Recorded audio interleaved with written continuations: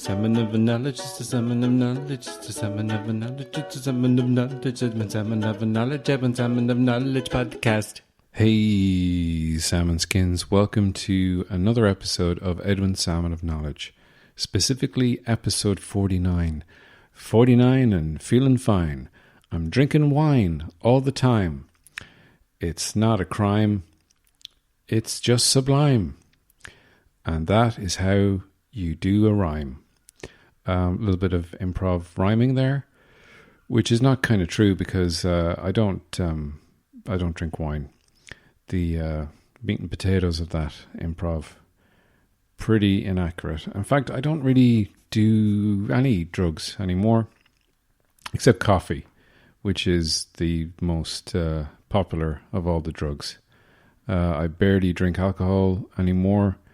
I did have this weird thing where the minute the second lockdown that we're going through in Ireland began, and we're 4 weeks from the end of the second lockdown, and my first thought was just get a whole load of Guinness, and because that's what I did the first time. And then I thought, no, that's just going to upset your stomach, and you're going to be having evil black bowel movements. Pure, dark bowel movements. And, you want to have a good diet, and you don't want to be introducing very black porter into your diet, because then if you do have an issue with your bowels, you won't know, because your bowels will be just blackened by the Guinness, but you could have ingested like an evil pancake or something, and you wouldn't know, because the Guinness would get in the way and mask that. So that's the very complicated reason why I didn't drink. Now I've had a couple of bottles of beer. I had like a Zoom chat with some of my mates the other night, and some people were drinking wine. Some people were drinking Guinness out of a can in a hotel room, which sounds like the kind of height of luxury, and also kind of sad, depending on your point of view. But it is second lockdown. It's getting very kind of quiet these days, apart from my horrible, horrible neighbour, who we have been complaining about, and our neighbour downstairs has been complaining about her. And, she must have it worse, because we can kind of hear what's happening when she's talking, because she talks very loudly. There seems to be this thing, especially around this neck of the woods here, on the north side. Oh no, we're on the south side. Sorry, but we're in the kind of the Liberties in Dublin. I won't say specifically where I am. I always say that like someone's going to assassinate me, or I've got like some stalkers or something. But I don't think I do. I don't think I've reached any kind of level of fame whereby people are going to stalk me or become obsessed with me. I mean, I'd hate that. I'd feel bad for them, because I'm not very interesting. So, I'd be like, what, obsessed with me? Like, why? I don't understand it. But people are very shouty around here. And myself and Cara, because we don't have much entertainment, I sit at the window sometimes with my binoculars and, look at the builders and see if I can read their lips, and try and guess what football teams they're complaining about. And, that's not much fun. But our neighbour, who is, she's just a horrendous person. And I say this because since I've moved in here, which is a good while ago now at this stage, because myself and Cara were seeing each other, but I was living in another house.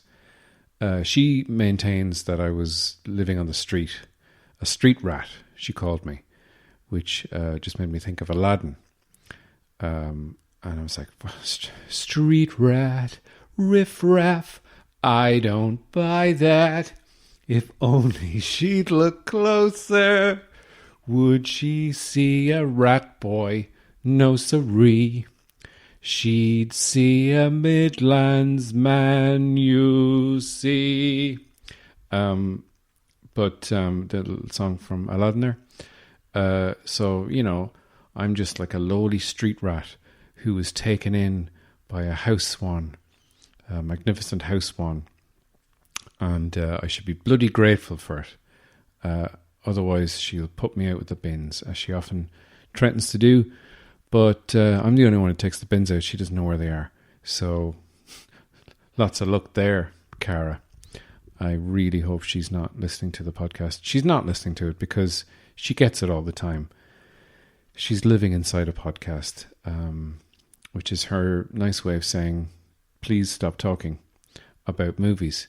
Although I did introduce her to a wonderful movie over the Halloween, because I like scary movies, and there's a bunch of scary movies that I haven't seen because I have no one to watch them with. I like watching movies with people. I like watching movies by myself, but it's always fun to watch scary movies, especially with people who are scared by them. Because I kind of watch them and, you know, I might get a jump or whatever, or it might be kind of creepy. And I find, like, you know, psychological scary movies are the best kind of movies. Ones that are just like, you know, like in slasher movies, like your Friday the 13th and your Freddy Krueger, Nightmare on Elm Streets. They're kind of just sort of schlocky and fun and inventive in their killings. That's what you want. You want like a good killing. You want someone, you know, someone's head chopped off by a helicopter, or you want someone to, you know, impale themselves on a chimney, or you want a, you know, a Mr. T impersonator to be, you know, choked by all of the chains that they're wearing, or, you know, so you want something fun, and you want to go, like, when someone gets killed, you want to go, yay! That's the whole fun of the kind of slasher movie genre of horror movies.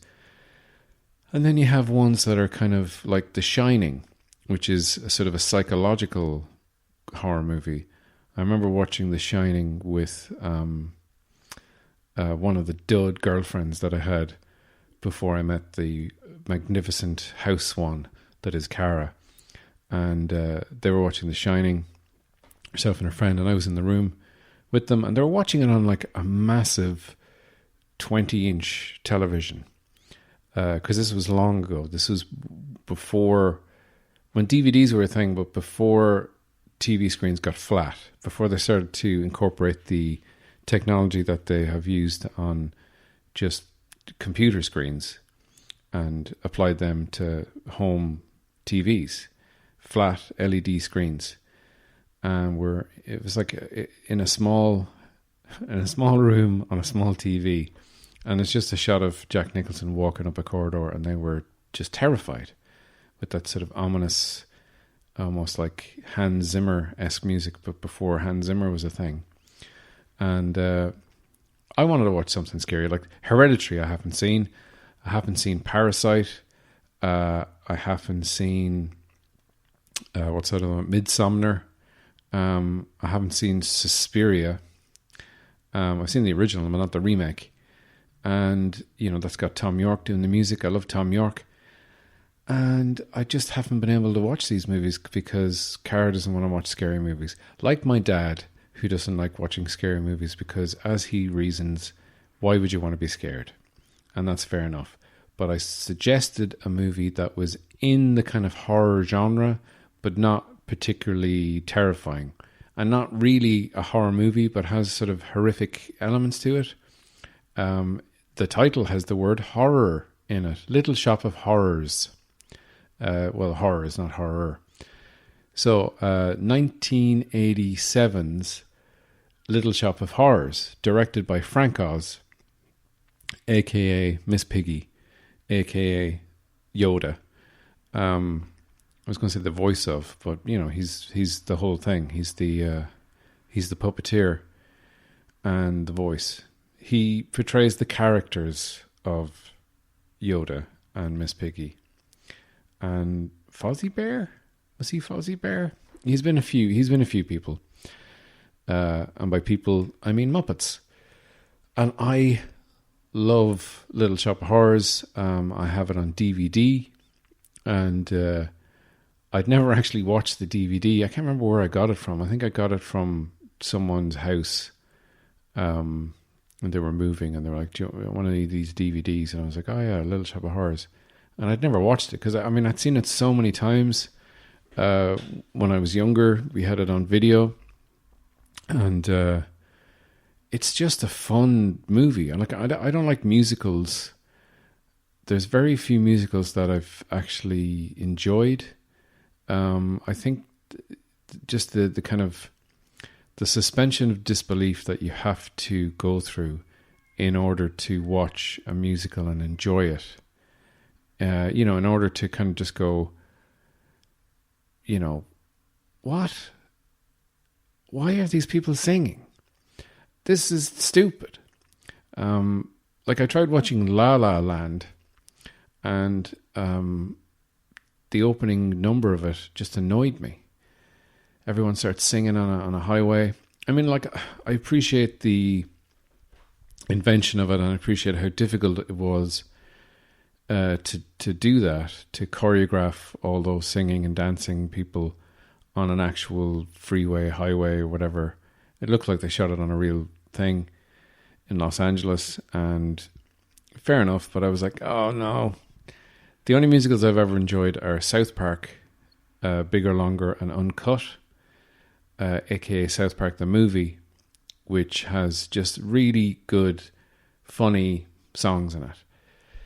It's almost like a kind of a secret musical in that you don't really think of it as a musical, but I just thought it was a genius thing that Trey Parker and Matt Stone did, where, we're going to make a movie out of South Park, and the movie is about a cartoon being vulgar and is this damaging to kids, which is what people were saying about South Park at the time. Of course, they made it about Terrence and Phillip, the show within a show, the itchy and scratchy of the South Park universe. And just really funny, great songs. And of course, they went on to make the Book of Mormon, which made them a lot of money. And a lot of my friends have seen it. Cara saw it when she was living in London. Of course, it was supposed to be on in December. I remember it was announced and there was a big brouhaha and everyone, was going for tickets. And I was like, oh, class. I'll get to see the Book of Mormon finally. It was going to be on the Bord Gosh Theatre. And then the whole pandemic happened and that was the end of that. So, yeah, the only other musical I've seen is Singing in the Rain, which is unbelievably good. Just, I got it on Blu-ray from my friend Trevor Brown. Hi, Trevor, if you're listening. And Trevor's like, "Oh God, you gotta see it. It's amazing. It's just such a lovely, fun, exciting movie." And it is, and it was, and it remains. So we watched. I said to Cara, I was like, "Look, Little Shop of Horrors," and she said, "What's it about?" I said, "It's very simple. It's it's about a man down his luck, living on Skid Row. There's a whole song about it, and there's a couple of songs about it. And he comes across an unusual plant that needs blood to grow, and then things get out of hand." And she was like, "Oh, you've told me the whole thing, so let's watch it." And we did, and it's really good. She laughed a lot at the Steve Martin dentist bit, because when I was younger, it was one of the first movies I saw with Steve Martin in it. In fact, I didn't recognize Steve Martin when I saw him in The Jerk, which I think I was seeing Little Shop of Horrors, and then I saw The Jerk.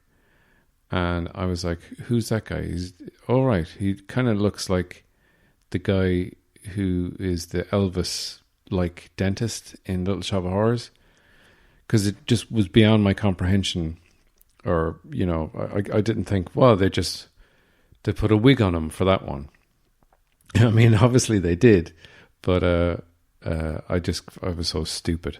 I thought, it can't be the same man because he's got different hair. What an idiot I was. But that whole song, I am your dentist, and I enjoy the career that I've picked. I love it. Even when I listened to it, when I saw it for the first time, I just love the slapstick nature of his comedy, his movements. Like watching it again, like every little movement he does is so funny. And there's a bit where, and he's over the top, but in the best possible way. When he turns up at the flower shop to pick up Audrey, and he's like, oh, you're the guy with the big plan, and he does this like, oh, it's in there, and he turns his head, and he like turns his head about 2 or 3 times more than he probably should, and it looks kind of funny, like just totally over the top funny, and just really, really great songs, wonderful shots. It's one of these movies that, it's shot in a soundstage, and there's a little bit in it where the owner, Mr. Mushkin, comes out of the flower shop, and he's walking across the street, which is, it's like a shot in a backlot in England, and made to look like, a dirty old American street in an unnamed city. And he's walking across, and in the very far background, you see like a train going by, like a subway train, but above ground. And it's like a model. It's just a little model. And it's like lovely. And I'm like, look at that real thing. And the plant looks amazing. Like if they remade it now, they'd do like a CGI plant, and Eddie Murphy would do the voice, or Chris Rock or something. And it'd be shit. It just wouldn't look as good, but it's just great to have a real thing. And Rick Moranis, because, we don't get to see Rick Moranis that much anymore. He's just being punched in the head in New York City. And I think he's coming back for the Honey, I Shrunk the Kids reboot or remake or sequel or whatever the hell it's going to be. And Bill Murray in that, wonderful scene that was originally played by Jack Nicholson. Because it's so funny how, like, Little Shop of Horrors, the original Little Shop of Horrors was shot in a weekend. It was shot in 2 days and a night as a bet. Roger Corman, the famous, I would say B-movie director. I guess he's a B-movie. We'll say a low-budget movie director, but like he got, James Cameron and Jack Nicholson and Francis Ford Coppola, and like so many people got their start with him. And it was like, can you make a movie? It was like a bet. Can you make a movie in a weekend? And they did. And Little Shop of Horrors was the resulting thing. And then they made a musical out of it. And then they made a movie out of it. And it's just such a great movie. So much fun. And very, very satisfying. And like, just over 90 minutes, which is so refreshing these days because everything's so bloody long, including podcasts. So we're going to take a little break, and we'll be back after these messages. And we're back, guys. So some sad news this week, because a long-time friend of the podcast, and I use the word friend with inverted commas, a long-time friend, there you can hear the inverted commas, my fingers swishing past the microphone there. Sir Sean Connery. He passed away, age 90, in his sleep, in his house in the Bahamas. And I gotta say, as sad as it is that he passed away, when I heard that, I was like, that's some way to go. I think if you offered me right now that death, I would take it 100%. I mean, who wouldn't? Someone said to you, okay, age 90, in the Bahamas, in your sleep. I'm like, okay, I like the age, I like the location, and I like the method. Death by bed. But to die in a big comfy bed in the Bahamas, age 90, is pretty sweet. Now, he was suffering with dementia for a while, I think like a year or so, which is unfortunate, because that's that's a difficult thing to have to deal with, and for the family to have to deal with. And, you know, especially someone as kind of monumental in the acting world and show business world as Sean Connery. You know, he was quite the titan. You know, a large man. He took a size 12 shoe, and he was very tall, ex-Mr. Universe. And I'll really miss having him on the podcast. Obviously, he can't come on anymore, and that's sad. But out of respect, I'm not going to have him on.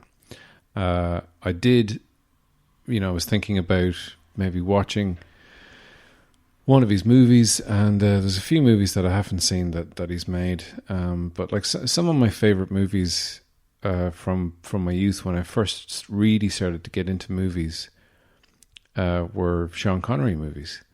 And he's made some great ones, and he's made some weird ones. And people were mentioning The Hunt for Red October, which was the basis of one of my stand-up bits. One of my early stand-up bits when I was starting off was just centered around the Hunt for Red October and him being a Russian submarine commander with a thick Scottish accent, and no one really minding. And that's the weird thing. It's like he transcended being a movie star and being a famous, you know, inverted commas movie star. You know, he's Sean Connery, the movie star, who is a Scottish man speaking in a Scottish accent for every single role that he did. But we can look past that and actually see and believe the characters that he's playing, because he was a good actor. His friend Michael Caine, when he passed, kind of said that, you know, that he was one of those rare things, a really good actor who was also a movie star. Because there's so many people are, you know, you could say Tom Cruise. Tom Cruise is a movie star. Is he a good actor? That's kind of debatable, but he's definitely a movie star. Like, he's more or less played, I think the last time he played, I'm trying to think of a character that he played that was not really Tom Cruise. You could say his character in Tropic Thunder, where he played that Les Grossman, because he had like prosthetics and he had like he had like a fat hands and stuff, and a kind of a comb over, and but apart from that, like, he normally just plays himself. He hasn't really stretched himself like he used to in the past. He'd be like what was that one? Not In the Name of the Father. Now I can only think of In the Name of the Father, and I'm thinking of Tom Cruise playing Jerry Conlon, and he did such a bad job of an Irish accent in Far and Away that him doing a Northern Ireland accent would sound just terrible. There'd be a miscasting. The one he made with Oliver Stone, where he played a Vietnam vet, a real life guy who was paralyzed, and what was it called? Stars and Stripes Forever. What was it called? Soldier who went to war and came back in a wheelchair. What the hell was that movie called? I can't think of it. This is me using my brain in real time, trying to remember the name of a movie. What? I'm going to have to look it up. But that was the only time. And actually, thinking about that particular performance, I don't actually believe it, because I remember watching it thinking, oh, that's just Tom Cruise pretending to be a Vietnam vet. And now I'm going to look up Tom Cruise Vietnam movie.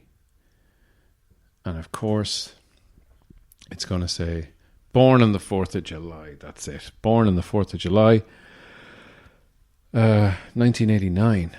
So he played Ron Kovic. And yeah, I just kind of didn't believe him. I believed him when he was a soldier, but then when he was all, he had like the wig and the mustache and stuff, I was like, oh look, it's Tom Cruise playing dress up. And that's the kind of, you never really got that with Sean Connery, because Sean Connery wore wigs for pretty much all his career. Like, I mean, there's a few movies where he didn't have a wig, and he was, like The Untouchables. Wow.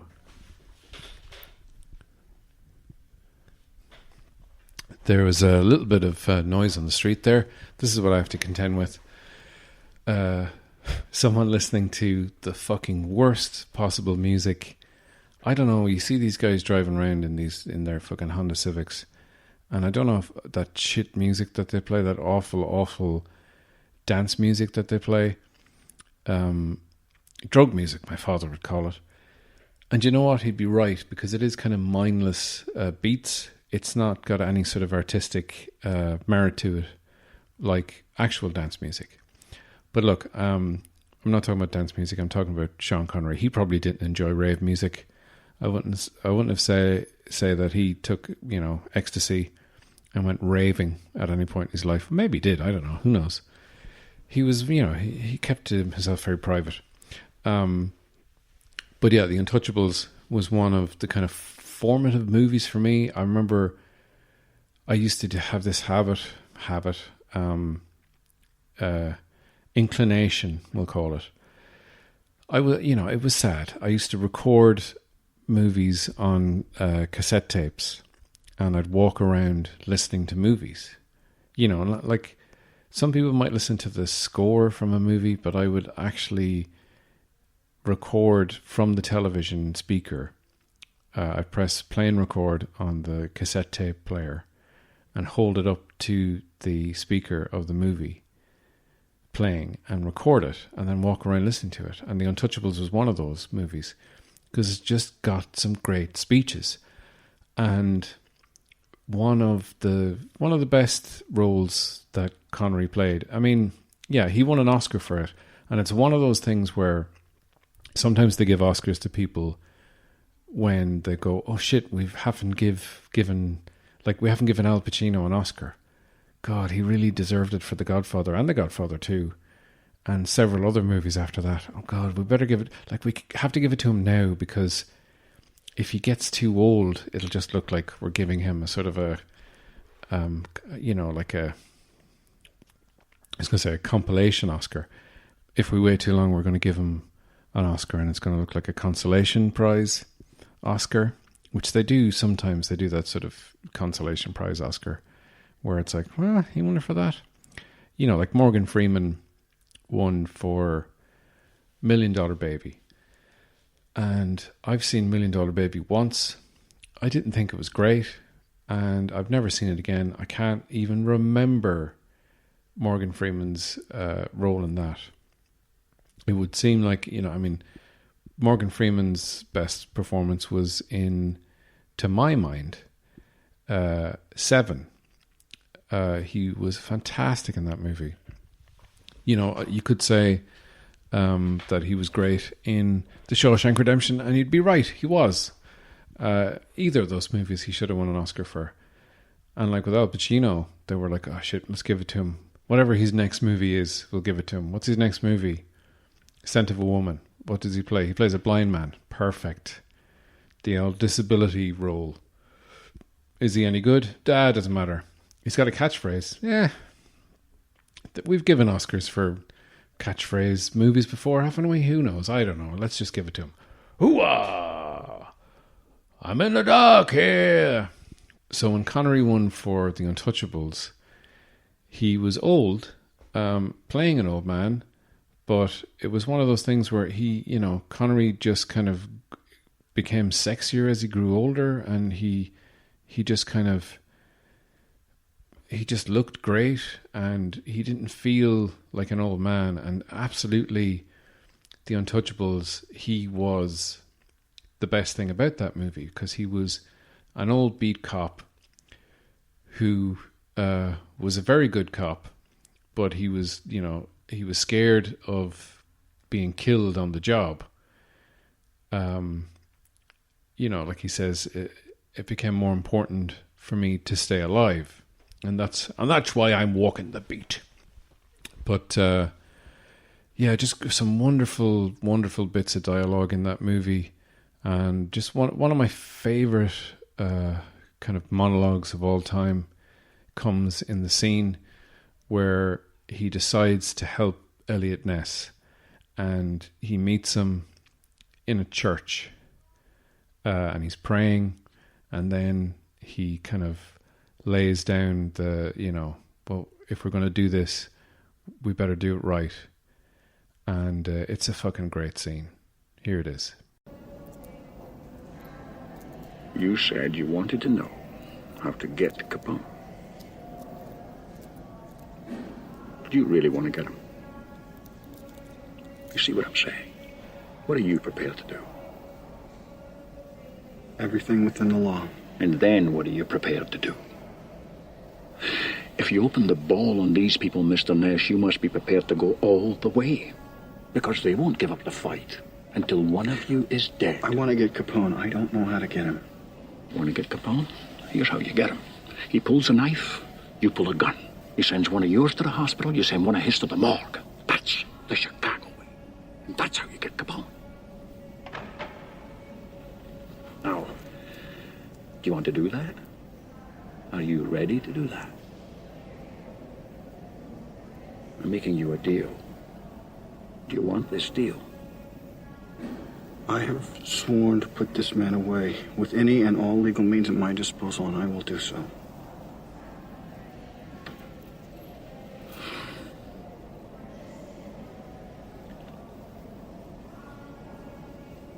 Well, the Lord hates a coward.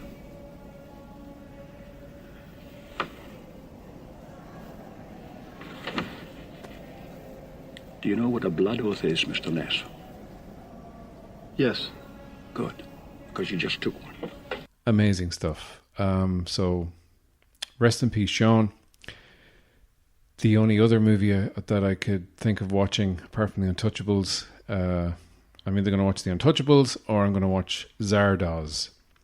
And if you've never seen Zardoz, it is a crazy movie. It's a John Boorman movie. It's a futuristic movie. They shot it in Wicklow. Sean Connery wears a kind of a nappy, a red nappy with a bandolier, and he's got long hair and a mustache. And there's a giant floating head that vomits out guns. And there's like a secret society of enlightened people who have orgies. And then there's all these brutes that wear nappies and shoot guns. And it's a crazy movie. I saw it when I was a teenager, and it's unbelievably weird. And there's like a scene where he's he kind of breaks into the society. They, as far as I remember, they live in a kind of a bubble, and these kind of brutes can't get in. And then he gets in, and they're all, flouncing around in togas and stuff. And they bring him in, and they have this like screen, and they show all this kind of sexy imagery, like a naked woman lathering up her breasts with foam. And I got to tell you, I watched that scene a good few times when I was a teenager. So, guys, listen, I've shouted on long enough. I'm sorry for shouting on so much. Thank you so much for listening. If you want to become a patron of Edwin Salmon of Knowledge, you can go to my Patreon page, and there's lots of extra stuff up there. I've got some writings, I've got some extra podcasts. I'm going to be doing some video podcasts and some little sketches and stuff that are going to be going up in the coming weeks. You can get them there early. They'll be going on YouTube after that, but there will be some stuff that will be exclusive for the Patreons. You can get in touch with me on Twitter, on Instagram. If you don't want to do any of those things, even if you didn't enjoy this episode, can you just please give me a review? It doesn't cost you anything, and it really helps me. And here's the review. Ed's great. Love the show. Good old laugh. 5 stars. There you go. So guys, take care of yourselves, take care of each other, stay safe, stay warm. And to close out the show, I've done something strange. I hope it sounds okay. I haven't had Brendan Blowhart in for a while, but and he's not back. So I've just taken a kind of a rap track from YouTube. There's loads and loads of songs on there that you can use free of charge that aren't copyrighted. And I've just kind of done a rap about Baby over this particular tune. So I hope you enjoy it. And to play us out, it's MC Ed with Baby Rap. So see you guys later. Bye. Yeah. What's that? Yeah. Wow, wow. You gonna change. Alright. You so very small. You a little baby. Can't eat solid foods. Can't eat onion gravy. You ain't got no teeth. You so very lazy. You can't even walk. You a lazy baby. You a chubby little baby. You a toothless little baby. You are a poopin' pizzin' baby. You are a baby. You a chubby little baby. I'll go my mouth a little baby. I smelly busy baby. You are a baby. I'm gonna carry you in a silk papoose. You just chillin' back, drinking mama juice. You can't comprehend, you ain't got a clue. You just smile at me as you do a poo. Do you love me, baby? Please don't say maybe. If you don't love me, I'm going on crazy. You can't talk words, you just grunt sounds. You are like a plucked turkey weighing 7 pounds. You a chubby little baby. You are a toothless little baby. I smelly busy baby. You are a baby.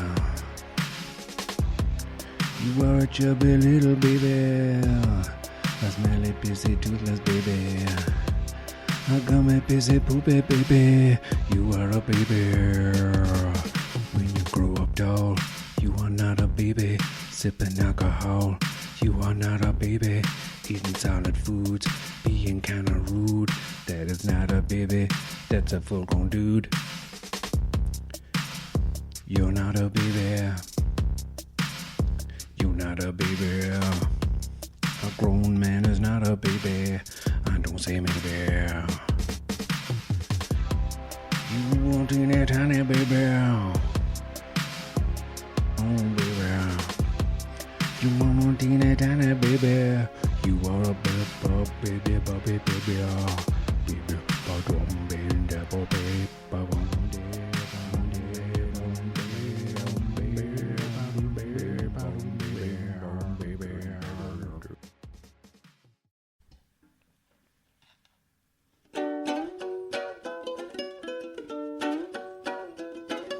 salmon of knowledge, just a salmon of knowledge, just a salmon of knowledge, just a salmon of knowledge, just a salmon of knowledge, salmon of knowledge podcast.